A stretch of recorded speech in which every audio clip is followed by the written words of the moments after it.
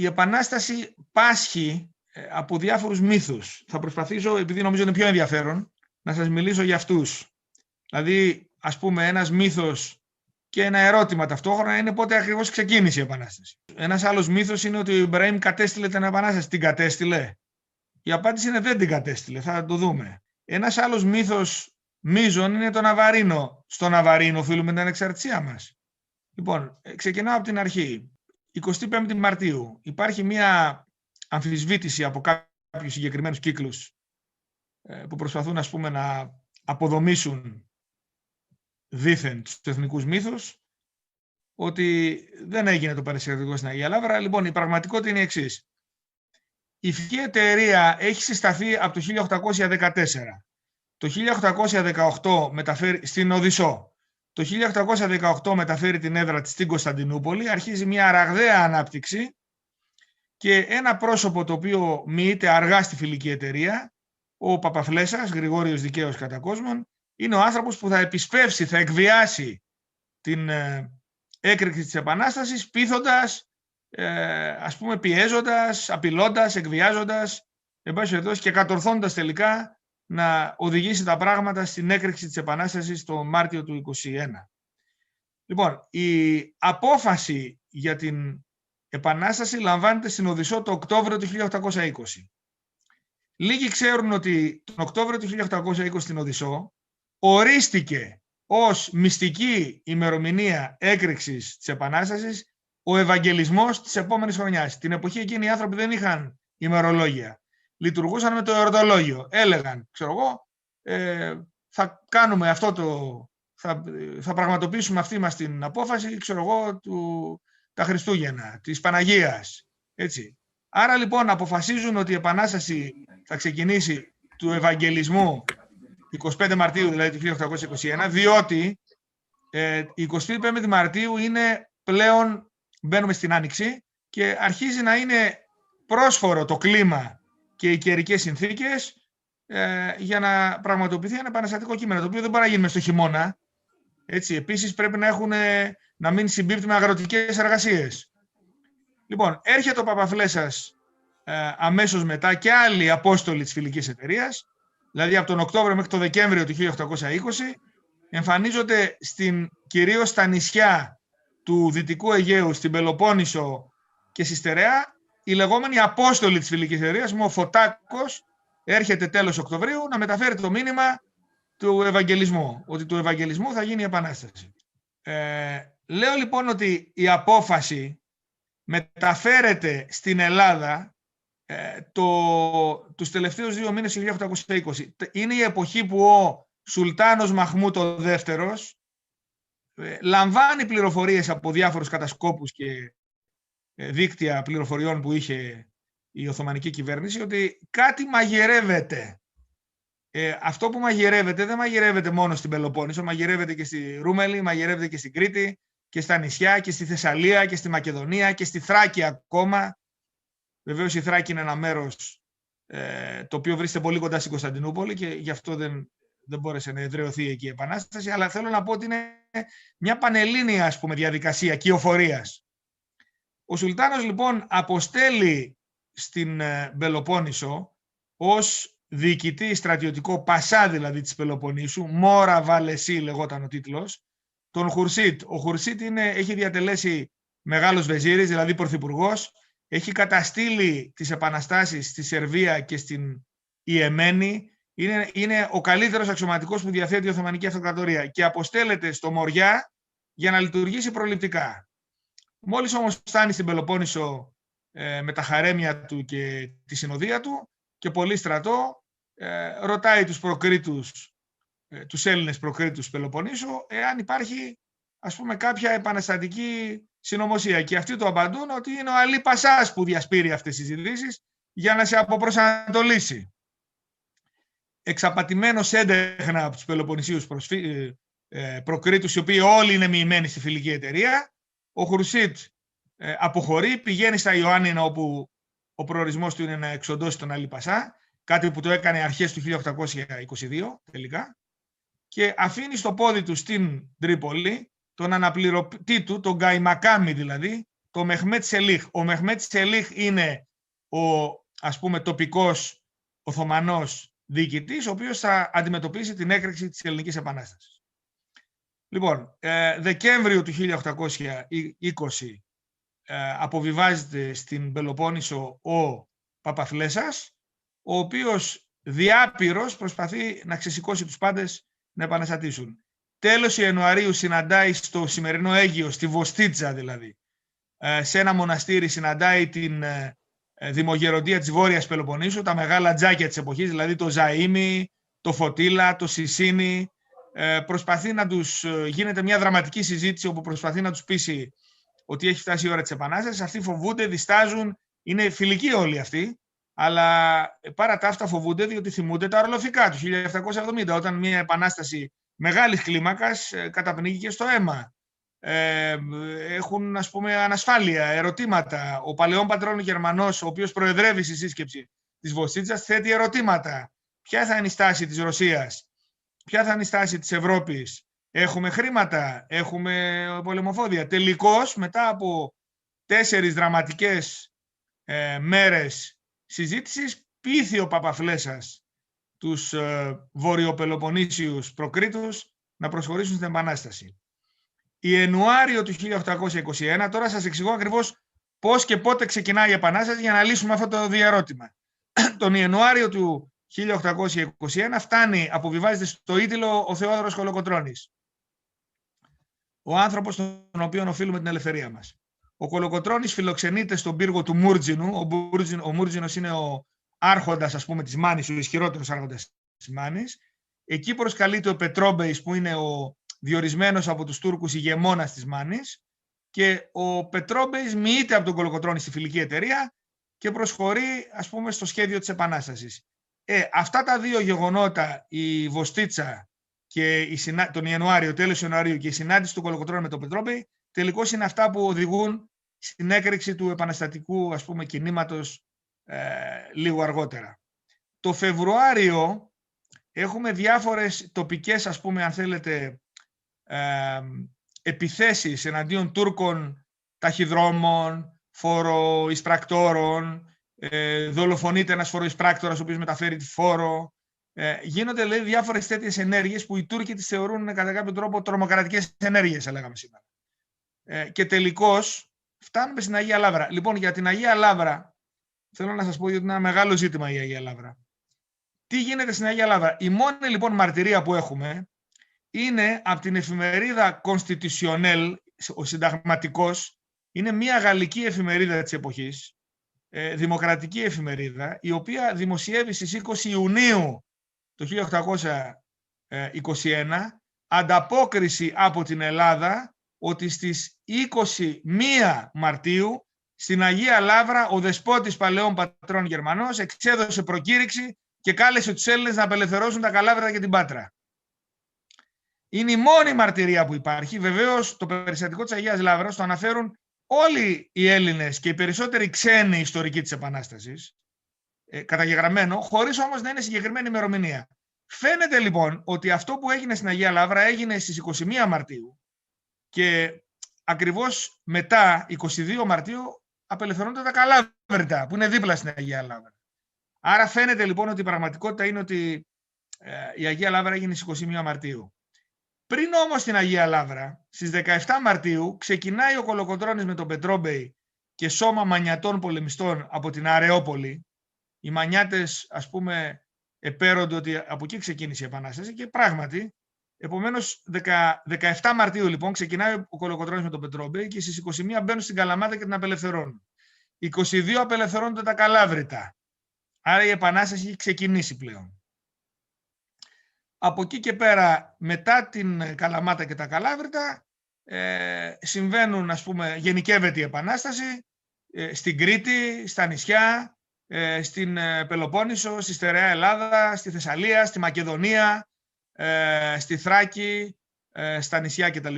Και η Επανάσταση, ας πούμε, εκτιλήσεται σε μια διαδικασία ταυτόχρονων εξεγέρσεων, όπου διώχνουν ή σφαγιάζουν τις τουρκικές φρουρές, σχηματίζονται τοπικές, ας πούμε, ένα είδος τοπικών κυβερνήσεων, κυβερνητικών σωμάτων και επομένως υπάρχει μια γενικευμένη εξέγερση. Θέλω όμως να υπενθυμίσω ότι το Φεβρουάριο ο Υψηλάντης εισέρχεται στα όρια της Οθωμανικής Αυτοκρατορίας, περνώντας το Μπρούθο, ας πούμε, από τη σημερινή Μολδαβία κατά κάποιο τρόπο, Βεσσαραβία την εποχή εκείνη, και αυτό σηματοδοτεί, αν θέλετε, και το πραγματικό εύρος της Επανάστασης, που δείχνει ότι η Επανάσταση δεν ήταν μια τοπική εξέγερση στην Νότιο Ελλάδα, όπως τελικώς κατέληξε, αλλά ήταν μια πανβαλκανική εξέγερση που αποσκοπούσε στην απελευθέρωση του κράτους το οποίο είχαν καταλύσει οι Οθωμανοί το 1453, που ήταν η Βυζαντινή Αυτοκρατορία και όχι κάποιο ελληνικό κρατήδιο στο Νότο, όπως αυτό που προέκυψε από την Επανάσταση. Προσοχή παρακαλώ σε αυτό το σημείο. Τα πράγματα ακολουθούν την πορεία τους. Ο Κολοκοτρώνης είναι ο άνθρωπος που συλλαμβάνει την ιδέα της απελευθέρωσης της Τριπολιτσάς. Κανείς δεν την αποκαλούσε Τρίπολη, έτσι. Το όνομα είναι Τριπολιτσά. Είναι η διοικητική και πολιτική έδρα της Πελοποννήσου. Εκεί βρίσκεται ο Καϊμακάμις του Πασά, ο Μεχμέτ Σελίχ. Εκεί βρίσκονται τα τουρκικά στρατεύματα. Εκεί βρίσκονται οι τοπικές αρχές. Επομένως, ο Κολοκοτρώνης, ας πούμε, εισηγείται να σταματήσουν οι κατατόπους εξεγέρσεις και να επικεντρωθούν όλοι σε ένα στόχο, δηλαδή να αποκεφαλίσουν την Οθωμανική κυριαρχία στην Πελοπόννησο. Και έτσι αρχίζει λοιπόν ήδη από τον Απρίλιο να στείνει στρατόπεδα γύρω από την Τριπολιτσά και να τα προωθεί σιγά σιγά προς την κατεύθυνση των τυχών της Τριπολιτσάς. Το Μάιο κατορθώνει ένα τουρκικό σώμα να περάσει το Ρίο και να φτάσει στην Τριπολιτσά και να μπει μέσα. Το σώμα αυτό διοικείται από το Ρουμπί Πασά. Αυτό αναπτερώνει τον ηθικό των Τούρκων, οι οποίοι αποφασίζουν να κάνουν έξοδο, να λύσουν την πολιορκία του Κολοκοτρώνη και στη συνέχεια να καταστήλουν την Επανάσταση. Αυτό είναι το Βαλτέτσι. Έτσι, αυτή η προσπάθεια των Τούρκων να βγουν και να λύσουν την πολιορκία προσκρούει στο Βαλτέτσι. Βγαίνει πρώτος ο Ρουμπής, ο οποίος συντρίβεται στο Φραγκόβρυσο, κυρίως από πολεμιστές από την Λακωνία. Ο Κολοκοτρώνης κλείνει την διαφυγή στα Τρίκορφα και τελικώς μετά από 48 ώρες μάχη οι Τούρκοι ηττώνται και επιστρέφουν μέσα στην Τριπολιτσά, από όπου δεν θα ξαναβγούν ποτέ μέχρι το Σεπτέμβριο. Το Σεπτέμβριο ο Κολοκοτρώνης κάνει αυτή την περίφημη συμφωνία με τον Ελβάζ Βεγί, τον αρχηγό των Τουρκαλβανών μισθοφόρων, και συμφωνεί να φύγουν, οπότε οι Τούρκοι χάνουν ένα έρισμα ισχυρό. Έτσι, οι Τουρκαλβανοί μισθοφόροι ήταν γενναίοι πολεμιστές. Ο Κολοκοτρώνης τους δίνει τη δυνατότητα να διαφύγουν ασφαλείς. Αυτοί έχουν καταλάβει ότι η Τριπολιτσά θα αλωθεί και δέχονται, και επομένως αυτό είναι μια μεγάλη επιτυχία του Κολοκοτρώνη. Ήθελα εδώ να σας πω ότι όταν ξεκίνησαν τα γεγονότα πριν την έκρηξη της Επανάστασης, τέλος Φεβρουαρίου, ο Καϊμακάμις Σελίχ ζητάει από τους προκρίτους της Πελοποννήσου να προσέλθουν στην Τριπολιτσά, ώστε κατά κάποιο τρόπο να αφοπλιστεί, ας πούμε, η ηγεσία της Πελοποννήσου. Έχοντας στα χέρια του τις κεφαλές των ραγιάδων, ο Μεχμέτ Σελίχ θεωρούσε ότι δεν θα μπορούσε να γίνει επανάσταση. Ζήτησε λοιπόν ομήρους. Ένα μεγάλο μέρος των ομήρων, κυρίως της Βορείας Πελοποννήσου, δεν προσήλθε, με διάφορα προσχήματα. Προσήλθαν τελικώς 21 αρχιερείς και πρόκριτοι, περίπου 4 αρχιερείς και 17 πρόκριτοι, κορυφαίοι πρόκριτοι. Τα ονόματά τους βρίσκονται στην αναθηματική στήλη στην πλατεία του Άριου στην Τρίπολη, οι οποίοι ήταν όλοι μοιημένοι στη φιλική εταιρεία, άρα ήταν στην Επανάσταση, αλλά πήγαν για να αποκοιμήσουν τους Τούρκους με την ψεύτικη διαβεβαίωση ότι δεν υπάρχει θέμα, ερχόμαστε, να είμαστε στη διάθεσή σας, προσερχόμεθα και Επανάσταση δεν υπάρχει θέμα να γίνει. Και αυτοί οι άνθρωποι, όταν ξέσπασε η Επανάσταση, φυλακίστηκαν από τους Τούρκους σε μια φρικαλαία ηρυκτή κάτω από το Σαράι της Τρίπολης και πέθαναν οι περισσότεροι από ασιτεία, από τύφο, και βγήκαν ζωντανοί 2-3 που ούτε καν έφτασαν ζωντανοί στα χωριά τους. Λοιπόν, αυτή είναι μια πράξη τεράστιας αυτοθυσίας και μάλιστα όχι απλών και τυχαίων ανθρώπων, αλλά των προεστώτων που ήταν πάμπλουτοι, πανίσχυροι, είχαν την εμπιστοσύνη των Τούρκων και όμως δεν δίστασαν να θυσιαστούν. Ο Κολοκοτρώνης έβγαλε, όταν απελευθέρωσε την Τριπολιτσά, έβγαλε τους εναπομείναντες ζωντανούς προκρίτους από την Ήρκτη, οι περισσότεροι εκ των οποίων δεν πρόφθασαν καν να φτάσουν στις πατρίδες τους ζωντανοί. Λοιπόν, 21 Σεπτεμβρίου 1821, ο Κολοκοτρώνης έχει πάρει τους Αλβανούς για να τους μεταφέρει στην Πάτρα. Η άλωση της Τριπολιτσάς γίνεται με άναρχο τρόπο, ξαφνικά ευνηδίως, με μία έφοδο που έκαναν κάποιοι τσάκονες πολεμιστές από την νότιο-ανατολική πλευρά. Ανέβηκαν σε μία ντάπια, είχαν πιάσει φιλίες με έναν Τουρκαλβανό, ο οποίος ήταν πυροβολητής. Κάναν μαζί του, είχαν συναλλαγές μαζί του, κάνανε, ας πούμε, ένα είδος εμπορίου, τους έδιναν τρόφιμα και οι Τούρκοι τους έδιναν πολεμοφόδια.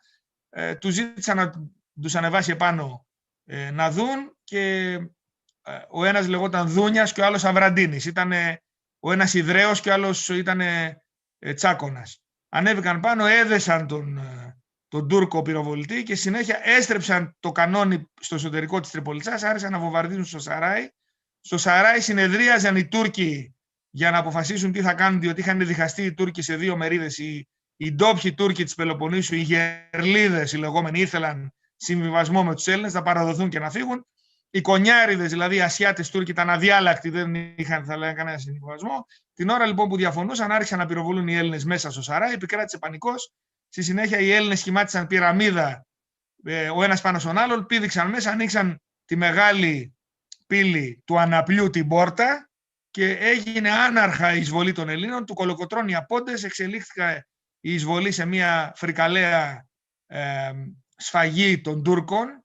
Εδώ όμως θέλω να πω, επειδή πολλοί προσπαθούν να ενοχοποιήσουν τους Έλληνες για αυτό το θέμα, ότι είχαν προηγηθεί οι τερατώδεις σφαγές Ελλήνων από τους Τούρκους το Πάσχα, δηλαδή αμέσως μετά την έκρηξη της Επανάστασης. Στην Κωνσταντινούπολη σφαγιάστηκε όλη η ηγεσία του ελληνισμού, οι φαναριώτες, ο δραγουμάνος της πύλης ο Μουρούζης κτλ. Στην Σμύρνη έγιναν φοβερές σφαγές, στην Πάτρα έγιναν φοβερές σφαγές. Δηλαδή θέλω να πω ότι αυτό που έγινε στην Τρίπολη δεν ήταν, ας πούμε, μια θηριωδία αδικαιολόγητη των Ελλήνων. Ήταν ένα είδος ανταπόδοσης των θηριωδίων των Τούρκων. Και μην ξεχνάμε δε ότι αυτοί οι οποίοι έβαλαν στην Τριπολιτσά και σφαγίαζαν αδιακρίτως τους Τούρκους, άλλος είχε τον αδελφό του, τον πήρανε γενίτσαρο οι Τούρκοι, άλλος τον πατέρα του τον κρέμασαν στον πλάταρο του χωριού, άλλος τη μάνα του τη βίασαν, άλλος, δηλαδή θέλω να πω ότι οι άνθρωποι είχαν πίσω τους 400 χρόνια τουρκικών φρικαλαιοτήτων. Και αυτό μπορεί μεν, αν θέλετε, ανθρωπιστικά για μας σήμερα να μην δικαιολογείται, αλλά εξηγείται όμως ιστορικά. Λοιπόν, κλείνει το θέμα αυτό. Η απελευθέρωση της Τριπολιτσάς προκάλεσε τεράστια αίσθηση, παγκόσμια αίσθηση. Για πρώτη φορά οι μεγάλες δυνάμεις της εποχής συνειδητοποίησαν ότι συμβαίνει κάτι πολύ σοβαρό στην Ελλάδα. Για πρώτη φορά μετά την άλωση έχουμε ελεύθερο ελληνικό έδαφος. Έτσι. Ο φρούραρχος ορίζεται ο Πάνος Κολοκοτρώνης, ο Υψηλάντης αναλαμβάνει τη διοίκηση της Τριπολιτσάς. Είναι μια τεράστια επιτυχία. Η Οθωμανική Αυτοκρατορία έχει βρεθεί σε πανικό. Ο Σουλτάνος διατάσσει, θέτει σε επιφυλακή την Κωνσταντινούπολη, απαγορεύεται η κυκλοφορία το απόγευμα, κλείνουν τις πύλες, κυκλοφορούν αγήματα. Φοβάται ο Σουλτάνος μήπως εκδηλωθεί η Επανάσταση και μέσα στο σπίτι του. Αυτά τα έχει περιγράψει ο Νικηφόρος Μοσχόπουλος σε ένα σπουδαίο βιβλίο, ότι η Ελληνική Επανάσταση μέσα από τις Οθωμανικές πηγές, όπου αποκαλύπτει πράγματα άγνωστα σε εμάς. Ποιος ξέρει ότι ο Σουλτάνος πανικοβλήθηκε και φοβήθηκε μήπως καταληφθεί η Κωνσταντινούπολη από τους επαναστάτες. Λοιπόν, Δερβενάκια, καλοκαίρι 1822, η τεράστια επιτυχία του Κολοκοτρώνη, όπου η θηριώδη στρατιά του Δράμαλη κατεβαίνει προς τον νότο. Υπάρχουν διάφορες εκτιμήσεις για το Δράμαλη, από 40 έως 60.000. Οπωσδήποτε ξέρουμε ότι είχε 25.000 υπείς, ξέρουμε ότι είχε Τουρκαλβανούς μισοφόρους, είχε 3 πασάδες μαζί του, 3 κανόνια, 600 καμήλες. Ήταν δηλαδή η μεγαλύτερη στρατιά που ήρθε στην Πελοπόννησο μετά το 1715, όταν ο τότε μεγάλος βεζίρης, ο Αλίκιου Μουρτζή, είχε ανακαταλάβει την Πελοπόννησο από τους Βενετούς. 100 χρόνια δεν είχε δει η Πελοπόννησο αυτό το στρατό. Επικρατεί πανικός. Το εκτελεστικό, η κυβέρνηση δηλαδή, μπαίνει σε καράβια και στον αργολικό κόλπο. Ο μόνος που διατηρεί την ψυχραιμία του είναι ο Θεόδωρος Κολοκοτρώνης, ο οποίος, επειδή είναι μια στρατηγική ιδιοφυΐα, δεν είναι απλά ένας γενναίος κλέφτης του Μοριά, είναι μια στρατηγική ιδιοφυΐα. έχει μελετήσει στρατηγική, έχει υπηρετήσει στον Αγγλικό στρατό στη Ζάκυνθο, γνωρίζει τις τεράστιες μεταβολές που επήλθαν στη στρατιωτική επιστήμη με τους Ναπολεοντίους πολέμους. Ξέρει το δόγμα Κουτούζοφ, πόσο Κουτούζοφ το 1812, 10 χρόνια πριν τα Δερβενάκια, εξόντωσε την τεράστια στρατεία του Μεγάλου Ναπολέοντος, 1.100.000, επέστρεψαν ζωντανοί στη Γαλλία 5.000, τους εξόντωσε όλους ο Κουτούζοφ, χωρίς να πολεμήσει, απλά τραβώντας τους μέσα στη Ρωσία και καταστρέφοντας ό,τι υπήρχε γύρω που μπορούσε να βοηθήσει τη στρατεία του Ναπολέοντος να εφοδιαστεί. Βρέθηκε ο Ναπολέον χωρίς εφόδια Οκτώβριο του 1812 στη Μόσχα, χωρίς τρόφιμα, χωρίς ζωοτροφές, και όταν επιχείρησε πανικόβλητος να γυρίσει στη Γαλλία, ο Κουτούζοφ τον τζάκισε στην επιστροφή και κατέστρεψε την τεράστια στρατεία του Ναπολέοντος. Αυτό το δόγμα το στρατηγικό εφάρμοσε ο Κολοκοτρώνης εναντίον του Δράμαλη. Άφησε το Δράμαλη να κατέβει μέχρι το Αργολικό πεδίο, τον εγκλώβησε μέσα στον καύσωνα του Ιουλίου, δηλητηρίασε τα πηγάδια με φλόμο, έκαψε τα στάρια και κατέστρεψε τις σιταποθήκες, και όταν ο Δράμαλης άρχισε πλέον να αντιμετωπίζει μια κατάσταση όπου οι στρατιώτες του πάθαιναν δυσεντερία και πέθαιναν, αποφάσισε να επιστρέψει πίσω στην Κόρινθο. Στην επιστροφή προς την Κόρινθο έγιναν τα Δερβενάκια, όπου στις 26 Ιουλίου ο Δράμαλης προσπάθησε να περάσει. Υπήρχαν δύο οδοί που οδηγούσαν από το Άργο στην Κόρινθο. Εκεί υπάρχει ένα βουνό χαμηλό, το Στεφάνι, υπάρχει ένα οροπέδιο. Από την αριστερή πλευρά, από τη δυτική πλευρά λοιπόν, υπάρχει ένας σύντομος αλλά πολύ στενός δρόμος που είναι τα Δερβενάκια. Από τη δεξιά πλευρά, την ανατολική, υπάρχει ένας πιο μεγάλος, τριπλάσιος σε απόσταση δρόμος, αλλά ήταν την εποχή εκείνη πλακόστρωτος, ο λεγόμενος αφεντικός δρόμος. Ο Δράμας λοιπόν, επειδή βιαζόταν, έχωσε το στρατό του στα Δερβενάκια, που αν πάτε και τα δείτε τα Δερβενάκια, δεν χωράνε 4 στρατιώτες στη σειρά, χωράνε 3 το πολύ. Ο Κολοκοτρώνης λοιπόν, με τη διαίσθησή του, αντελήφθη ότι ο Δράμαλης, επειδή βιαζόταν, θα πήγαινε από τον στενό δρόμο, που ήταν η θανάσιμη παγίδα, να χώσεις όλη αυτή τη στρατιά σε ένα δρόμο. Πηγαίνετε να δείτε τα Δερβενάκια, εκεί στον Άγιο Σώστη φαίνεται ο πάτος του Φαραγγιού. Είναι μια τόσο στενή, ας πούμε, διαδρομή που 3 άνθρωποι το πολύ χωράνε ο ένας δίπλα στον. Φανταστείτε τώρα ένα στρατό με ιππικό, με καμήλες, με κανόνια κτλ. Ενώ όλοι λοιπόν οι άλλοι διαφώνησαν με τον Κολοκοτρώνη και μάλιστα μερικοί θύμωσαν και έφυγαν, ο Κολοκοτρώνης επέμενε μέχρι τέλους ότι η διάβαση του Δράμαλη θα γίνει από τα Δερβενάκια. Τοποθέτησε λοιπόν σώματα κατά μήκος των Δερβενακίων, φόρεσε στα δέντρα φέσια και κάπες για να δημιουργηθεί ένα οπτικό εφέ πολυπληθούς ελληνικού στρατού. Σας υπενθυμίζω ότι ο Κολοκοτρώνης είχε 2.500 άνδρες. Με 2.500 άνδρες κατέστρεψε τη στρατεία του Δράμαλη στα Δερβενάκια. Ο Δράμαλης λοιπόν μπήκε 1 η ώρα το μεσημέρι στο στενό, 26 Ιουλίου, με τον ήλιο να καίει. Στις 4 ο Κολοκοτρώνης διέταξε επίθεση, όταν ήδη η οπισθοφυλακή του Δράμαλη ήταν μέσα και η εμπροστοφυλακή του δεν είχε ακόμα βγει από το στενό.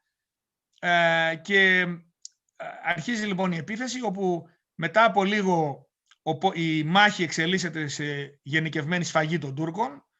Ο Δράμαλης διατάσσει οπισθοχώρηση, για πρώτη φορά στη ζωή του διατάσσει οπισθοχώρηση. Η εμπροσοφυλακή του κινείται προς τα μπρος να βγει στην κοιλάδα της Κουρτέσας, δηλαδή στον Κορινθιακό κάμπο, ας πούμε, για να διαφύγει. Και την εμπροσοφυλακή την εγκλωβίζει ο Νικηταράς στον Άγιο Σώστη, όπου εκεί εκτελήσεται η μεγάλη σφαγή της ημέρας. Το βράδυ της 26 Ιουλίου, ο Νικηταράς σφαγιάζει την εμπροσοφυλακή του Δράμαλη με χιλιάδες νεκρούς, ενώ το υπόλοιπο μέρος του στρατού οπισθοχωρεί σφαγιαζόμενο προς την Ντύρινθα. Το βράδυ λοιπόν έχει τελειώσει η μάχη, ο Δράμαλης βρίσκεται με τα υπολείμματα της στρατείας του στην Ντύρινθα, ενώ στον Άγιο Σώστη στείνεται μεγάλο γλέντι. Ψήνουν αρνιά, χορεύουν τσάμικα κτλ. Έχουν καταγάγει τεράστια λάφυρα, οι 600 καμήλες και τα κανόνια. Ο Κολοκοτρώνης λοιπόν είναι πέρα και κοιτάζει. Και πηγαίνει ο Φωτάκος και του λέει: στρατηγέ, η πατρίς σου χρωστάει αιωνία ευγνωμοσύνη. Και του λέει ο Κολοκοτρώνης, παιδί μου η πατρί σε με θα πρώτο εξορίσει. Κλείνει η παρένθεση. Την ώρα που ξεκίνησε η μάχη, ο Κολοκοτρώνης στεκόταν σε μια κορφή να εποπτεύσει όλη την διαδικασία. Βλέπει λοιπόν δίπλα του ένα τσοπάνι, ένα νεαρό τσοπάνι. Και του λέει, τι κάνεις εσύ εδώ? Λέει ο τσοπάνι, στρατηγέ, εγώ δεν είμαι πολεμιστής. Του λέει, άκουσε παιδί μου, θα πάρεις τη μαγκούρα σου, θα κατέβεις κάτω εκεί που γίνεται η μάχη, θα βαρέσεις έναν Τούρκο στο κεφάλι, θα του πάρεις τα όπλα και θα πολεμήσεις. Το βράδυ λοιπόν που γινόταν το γλέντι, εμφανίζεται ένας μπαρουτοκαπνισμένος, λέει ο Κολοκοτρώνης, ποιος είσαι εσύ? Του λέει, καπετάνιο είμαι ο Τσοπάνης, του λέει, έκανα αυτό που μου είπες. Τα Δερβενάκια ήταν η πρώτη μάχη, αλλά έγινε και δεύτερη. Στις 27 ο Δράμαλης έμεινε στην Τύρινθα για να ανασυγκροτηθεί και στις 28 λοιπόν ξεκινάει πρωί-πρωί τώρα από το δρόμο τον αφεντικό, από το μεγάλο δρόμο. Είναι πολύ υπάρχουν αυτά όλα εκεί, μπορείτε να πάτε να τα δείτε. Ο δρόμος λοιπόν αυτός περνάει δεξιά από το οροπέδιο Στεφάνη, είναι σχετικά ανοιχτός δρόμος, αλλά όταν φτάνει κάνει το κύκλο και φτάνει στο Αγιονόρι, στο σημείο που έχει το Αγιονόρι στο δεξί σου χέρι από πάνω, φαίνεται ψηλά το ενετικό κάστρο, εκεί ο δρόμος στενεύει και σε κάποιο σημείο γίνεται πάλι πολύ στενός. Δηλαδή δεξιά σου έχεις το βουνό του Αγιονορίου, αριστερά σου έχεις το Στεφάνι. Σε εκείνο το σημείο λοιπόν ο Νικηταράς εξαπολύει σφοδρή επίθεση, όπου αρχίζει να σφαγιάζεται πλέον η στρατιά του Δράμαλη που προχωράει άρον-άρον για να βγει στην Κόρινθο, και εκεί συμβαίνει ένα περιστατικό το οποίο δεν το ξέραμε, αλλά το μάθαμε από την έκθεση του Άγγλου φιλέλληνα γιατρού Γκόρντον, ο οποίος πολεμάει στο Αγιονόρι και πίσω από ένα βράχο παρακολουθεί την εξής ασύλληπτη σκηνή. Ο Δράμαλης πλέον καταλαβαίνει ότι η μάχη έχει χαθεί, κάνει νόημα στους σωματοφύλακές του για να διαφύγει. Τσινίζει το άλογο του και αρχίζει να καλπάζει. Αλλά καθώς προσπαθεί να φύγει, στο στενό εκεί που σας περιέγραψα, γύρω του κατεβαίνουν από τα βράχια εκατοντάδες Έλληνες και τον περικυκλώνουν. Του πιάνουν το άλογο από τα γκέμια και ο Δράμαλης ακινητοποιείται. Τη σύλληψη του Δράμαλη δεν την ξέραμε. Ο Παπαρηγόπουλος γράφει ότι ο Δράμαλης έφτασε στην Κόρινθο πεζός, χωρίς το γιαταγάνι του, χωρίς το καφτάνι του. Αλλά αυτό που έγινε το ξέρουμε χάρη στον Γκόρντον. Ο Δράμαλης λοιπόν συλλαμβάνεται και γίνεται το εξής ασύλληπτο. Του τραβάνε το καφτάνι, του ξυλώνουν τις επομίδες, του παίρνουν το γιαταγάνι, του παίρνουν τα μπιστόλια, τον ραπίζουν, τον φτύνουν και τον αφήνουν να φύγει. Και ο Δράμαλης ταπεινωμένος και εξευτελισμένος, χωρίς το άλογό του, φτάνει πεζοπορία στην Κόρινθο, όπου κλείνεται μέσα στο κάστρο της Κορίνθου και μετά από μερικές εβδομάδες πέθανε από τη σύγχυση. Το οποίο βεβαίως, για να είμαστε δίκαιοι, τον τιμά, διότι δείχνει ότι ο άνθρωπος είχε τσίπα. Την ήττα του δεν μπόρεσε να την ανθέξει. Ο Δε Χουρσίτ, ο οποίος περίμενε τα μαντάτα στη Λάρισα, όταν έμαθε τη συντριβή της στρατείας του Δράμαλη, αυτοκτόνησε με κόνιο. Και αυτό προς τιμήν του. Ο Χουρσίτ ήταν ο ικανότερος, γενναιότερος και σκληρότερος αξιωματικός της Οθωμανικής Αυτοκρατορίας.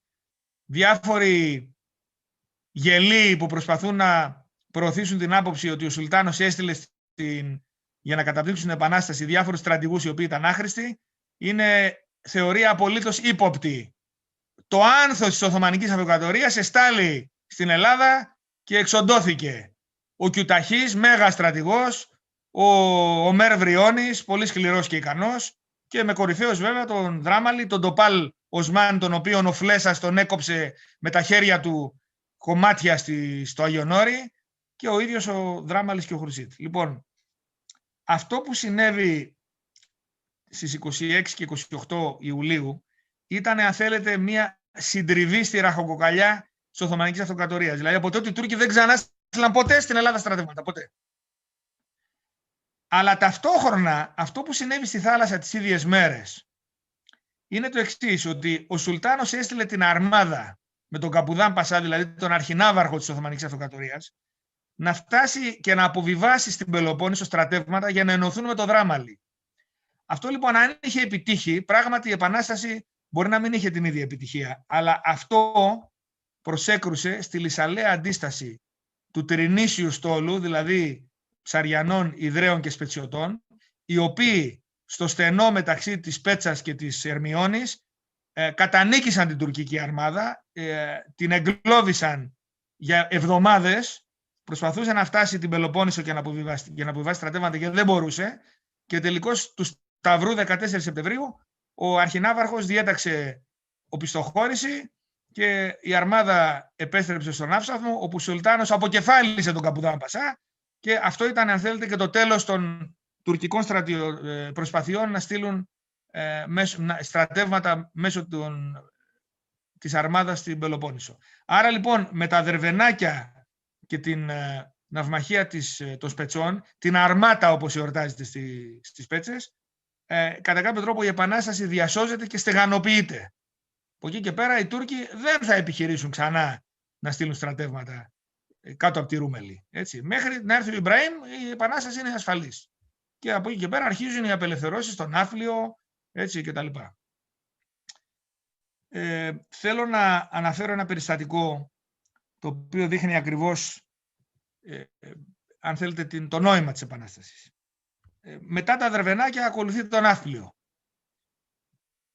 Όταν απελευθερώνεται το Ναύπλιο, έρχεται ο Χάμιλτον, Άγγλος ναύαρχος, υφυπουργός ναυτικών, να δει τι γίνεται. Τον στέλνει η Βρετανική κυβέρνηση. Το πράγμα έχει λάβει μια τροπή πλέον σοβαρή.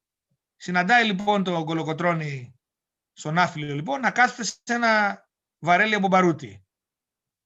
Και πίσω του είναι διάφοροι θηριώδεις πολέμαρχοι. Λέει ο Χάμιλτον, γράφει στην έκθεση που υπέβαλε, και από την οποία ξέρουμε αυτό το διάλογο που θα σας πω, ότι κάθε ένας από αυτούς έχει φάει σίγουρα 100-200 Τούρκους. Λοιπόν, λέει ο Χάμιλτον, στρατηγέ, ήρθα να μεσητεύσω να κάνετε ειρήνη με τους Τούρκους. Κολοκοτρώνης, εμείς, κύριε Ναύαρχε, ειρήνη με τους Τούρκους δεν κάνουμε. Ελευθερία ή θάνατος. Λέει ο Χάμιλτον, ποιοι είστε εσείς? Λέει, είμαι στρατιώτη του βασιλέως μας, λέει ο Κολοκοτρώνης. Ποιος είναι ο βασιλεύς σας, ρωτάει ο Χάμιλτον. Ο βασιλεύς μας, λέει ο Κολοκοτρώνης, εσκοτώθη και εμείς, οι κλέφτε, πήραμε τα βουνά. Κάστρα μας είναι η Μάνη και το Σούλι. Δηλαδή του είπε ότι εμείς εδώ δεν είμαστε κάποιοι, ας πούμε, τοπικοί, αναρχικοί και ληστές. Είμαστε εκπρόσωποι ενός μεγάλου κράτους, μιας παγκόσμιας υπερδύναμης, της Βυζαντινής Αυτοκρατορίας. Δεν συμβιβαστήκαμε ποτέ με την Οθωμανική κατοχή. Πολεμάμε 400 χρόνια μέχρι να ελευθερωθούμε και να αποκαταστήσουμε το κράτος μας. Επιστρέφω στα Δερβενάκια. Τα Δερβενάκια κατέστρεψαν το ηθικό της Οθωμανικής Αυτοκρατορίας. Η λαϊκή Μούσα αποτύπωσε την ύλα του Δράμαλη, όπως ονομάστηκε, τον εκμηδενισμό δηλαδή του Δράμαλη, με ένα συγκλονιστικό τραγούδι που δείχνει το εξής καταπληκτικό, ότι οι Έλληνες θρηνούν τους ηττημένους εχθρούς τους. Υπάρχει μια συγκλονιστική αναλογία μεταξύ των Περσών του Εσχύλου και του τρόπου με τον οποίο θρήνησαν οι Έλληνες στα Δερβενάκια. Ο Εσχύλος έγραψε την τραγωδία Πέρσες για να θρηνήσει τους ηττημένους Πέρσες. Και οι Αθηναίοι κλαίγανε με τα δεινά των Περσών. Τι λέει λοιπόν το τραγούδι το οποίο αποτύπωσε την ύλα του Δράμαλη? Λέει το εξής. Φύσα μαΐστρο δροσερέ και αγέρα του πελάγους, να πας τα χαιρετίσματα στου Δράμαλη τη μάνα. Της Ρούμελης οι μπέιδες και του Μοριά οι πασάδες, στα Δερβενάκια κοίτονται στο χώμα ξαπλωμένοι. Έχουν τα αστέρια πάπλωμα, τις πέτρες προς κεφάλι. Κλαίνε τα χούρια γιάλογα και τα τζαμιά για γάδες. Συγκλονιστικό. Είναι η αποτύπωση της νίκης μέσα από το θρήνο για τον ηττημένο εχθρό. Αυτό δείχνει αυτό που λέγεται ήθος του ελληνικού έθνους. Λοιπόν, κλείνει η παρένθεση. Ακολουθεί ο εμφύλιος πόλεμος και φτάνουμε στον Ιμπραήμ, 1825 Ιανουάριος, αποβιβάζει το Ιμπραήμ. Προσέξτε τώρα. Εδώ λοιπόν υπάρχουν αρκετοί μύθοι γύρω από τον Ιμπραήμ. Ο πρώτος μύθος είναι ότι ο Μοχάμετ Άλι, ο Αλβανός πασάς της Αιγύπτου, έστειλε τον θετό ιό του Ιμπραήμ να καταστήλει την Επανάσταση γιατί αγαπούσε τον Σουλτάνο. Η πραγματικότητα, σας τη λέω συνοπτικά γιατί ο χρόνος εξαντλείται σε 5-10 λεπτά πριν να τελειώσω. Η πραγματικότητα είναι ότι ο Μοχάμετ Άλι έτρεφε τη φιλοδοξία να γίνει χαλίφη στη θέση του χαλίφη, ως άλλος is no good, Σουλτάνος στη θέση του Σουλτάνου, και έστειλε τον Ιμπραήμ στην Πελοπόννησο για να καταστήλει την Πελοπόννησο, την Επανάσταση στην Πελοπόννησο, μετά στη Ρούμελη και μετά να ανέβει μέσω Θεσσαλίας στην Κωνσταντινούπολη, να εκθρονήσει τον Σουλτάνο και να φέρει τον Μοχάμετ Άλι Σουλτάνο στην πόλη. Αυτό, το οποίο συνάγεται από πολλές πηγές που τώρα δεν είμαι σε θέση να σας απαριθμίσω, φαίνεται και από το πολύ ενδιαφέρον περιστατικό ότι το 1831, δηλαδή 4 χρόνια μετά τον Ναβαρίνο, ο Ιμπραήμ εκστρατεύει εναντίον της Κωνσταντινούπολης μέσω Συρίας. Καταλαμβάνει τη Συρία, τη Μικρά Ασία, και στην Προύσα το 1831, στη μάχη της Προύσας, τον σταματάνε Άγγλοι, Γάλλοι και Ρώσοι να μην φτάσει στην Κωνσταντινούπολη. Από εκεί φαίνεται καθαρά ποια ήταν η στόχευση του Μοχάμετ Άλι στέλνοντας τον Ιμπραήμ στην Ελλάδα, και από εκεί φαίνεται καθαρά και ποια ήταν η έννοια του Ναβαρίνου. Το Ναβαρίνο δεν έγινε για να ελευθερωθεί η Ελλάδα, το Ναβαρίνο έγινε για να σταματήσει η προέλαση του Ιμπραήμ προς την Κωνσταντινούπολη. Το Ναβαρίνο έγινε για να μην μπορέσει ο Μοχάμετ Άλι να γίνει Σουλτάνος και να ανασυγκροτήσει την Οθωμανική Αυτοκρατορία. Το Ναβαρίνο έγινε διότι οι Εγγλέζοι από τότε είχαν συλλάβει το σχέδιο της διάνοιξης της διόρυγας του Σουέζ, ώστε να συνδέσουν τις Ινδίες που είχαν ήδη εγκαθιδρύσει τις αποικίες τους με τη Μεσόγειο, ώστε να μειώσουν το κόστος μεταφοράς προϊόντων και στρατευμάτων, τα οποία μέχρι τότε πήγαιναν από το κρατήριο της Καλής Ελπίδος μέσω Αφρικής. Λοιπόν, και πράγματι, λοιπόν, μετά το Ναβαρίνο, όπου συνετρίβει ο τουρκο-αιγυπτιακός στόλος, ο Μοχάμετ Άλι, μετά από κάποιες, ας πούμε, προσπάθειες να αντισταθεί, τελικώς υπετάγει, ανεκηρύχθηκε η Αίγυπτος ανεξάρτητο κράτος υπό βρετανική κυδαιμονία και αρχίζει η οδός προς το Σουέζ και την μεγάλη αγγλική αποικιοκρατία στον Ινδικό ωκεανό. Αλλά αυτά είναι μια άλλη ιστορία, μακρά, την οποία θέλω όμως εδώ να σας πω ότι σχετικά με τον Ιμπραήμ υπάρχει ένας μύθος. Ο Ιμπραήμ κατέστηλε την Επανάσταση. Ο Ιμπραήμ δεν κατέστηλε την Επανάσταση. Και δεν κατέστηλε την Επανάσταση για τον εξής λόγο. Αποβιβάζεται τον Ιανουάριο, λοιπόν, στο Ναβαρίνο, στο Νιόκαστρο. Πράγματι νικά μέχρι τον Ιούνιο, φτάνει στην κατεστραμμένη Τριπολιτσά και την καταλαμβάνει. Επομένως έχει νικήσει κατά κράτος τα διάφορα, ας πούμε, τις διάφορες ελληνικές προσπάθειες αντίστασης. Στο Μανιάκι συνέτριψε και εξαέρωσε τον Παπαφλέσσα, έτσι, στο Κρεμμύδι τον Κολοκοτρώνη κτλ. Όταν όμως φτάνει τον Ιούνιο, προσπαθεί να καταλάβει τον Ναύπλιο, που είναι το μεγάλο κάστρο της Πελοποννήσου, το ισχυρό κάστρο, ας πούμε, το ισχυρότερο της Πελοποννήσου. Πριν φτάσει στο Ναύπλιο, στους Μήλους, τον περιμένουν ο Υψηλάντης, ο Μακρυγιάννης και ο Πετρόμπες, και εκεί τάται ο Ιμπραήμ και αποτυχάνει να καταλάβει το Ναύπλιο. Στη συνέχεια προσπαθεί να καταλάβει τη Μάνη, τάται 3 φορές και μάλιστα ταπεινωτικά, στον Πολυάραβο, στο Οδυρό και στη Βέργα, όπου τον αντιμετώπισαν γυναίκες και γυναικόπαιδα. Προσπαθεί να φτάσει στη Μάνη μέσω Τσακονιάς. Στην Καστάνιτσα τον αποκρούν οι Καστανιτσιώτες, φτάνει στον Πραστό, την πρωτεύουσα της Τσακονιάς, τον βρίσκει άδειο. Και στη συνέχεια, λοιπόν, ο Ιμπραήμ εγκλωβίζεται, ας πούμε, και γυρίζει γύρω, χωρίς να μπορεί να ελέγξει το σύνολο της Πελοποννήσου. Δηλαδή, την Αργολιδοκορινθία και τη Μάνη δεν τα έχει καταλάβει. Δεν μπορεί να τα καταλάβει. Το χειρότερο όλο είναι ότι δεν μπορεί να εξοντώσει τον Κολοκοτρώνη. Διότι ο Κολοκοτρώνης εφαρμόζει την τακτική του Σκεντέρμπεϊ, την οποία είχε διαβάσει όταν ήταν στη Ζάκη ο Κολοκοτρώνης, είχε μελετήσει τα απομνημονεύματα του Σκεντέρμπεϊ. Λοιπόν, ο Σκεντέρμπεϊ είχε διδάξει ότι δεν πρέπει ποτέ να αφήσει τον εχθρό σου να σε πιάσει. Πήγαινε λοιπόν ανατολικά ο Ιμπραήμ, δυτικά έφευγε ο Κολοκοτρώνης. Πήγαινε δυτικά ο Ιμπραήμ, ανατολικά πήγαινε ο Κολοκοτρώνης. Τελικώς λοιπόν ο Ιμπραήμ εγκλωβίστηκε σε κάτι που αποκαλώ ένα είδος Βιετνάμ. Το Βιετνάμ του Ιμπραήμ. Δηλαδή, όπως οι Αμερικανοί επί μία δεκαετία πολεμούσαν και δεν μπορούσαν να καταστήλουν την αντίσταση των Βιετναμέζων, έτσι και ο Ιμπραήμ δεν μπόρεσε τελικώς να καταστήλει την επανάσταση. Και όταν επιχείρησε με το προσκύνημα να πείσει τους Έλληνες ειρηνικά να παραδοθούν, τότε ο Κολοκοτρώνης το κατέστρεψε με την αδιάλακτη ας πούμε πολιτική του και το σύνθημα «Φωτιά και τσεκούρι στους προσκυνημένους». Λοιπόν, να τελειώσω με το εξής. Πολλοί νομίζουν ότι το Ναβαρίνο έφερε την ανεξαρτησία της Ελλάδος. Μέγα λάθος. Μετά το Ναβαρίνο, λοιπόν, οι τρεις πρεσβευτές των μεγάλων δυνάμεων στην Κωνσταντινούπολη πήγαν στο Σουλτάνο και του είπαν: μεγαλειότατε, ιτηθήκατε. Παρακαλούμε, υπογράψτε η Ελλάδα να γίνει ανεξάρτητο κράτος. Σουλτάνος, ούτε κατά διάνοια. Και μάλιστα σας ευχαριστώ που με απαλλάξατε από τον Ιμπραήμ. Μα τι λέτε, μεγαλειότατε, υπάρχει ένας διάλογος πάρα πολύ ενδιαφέρον.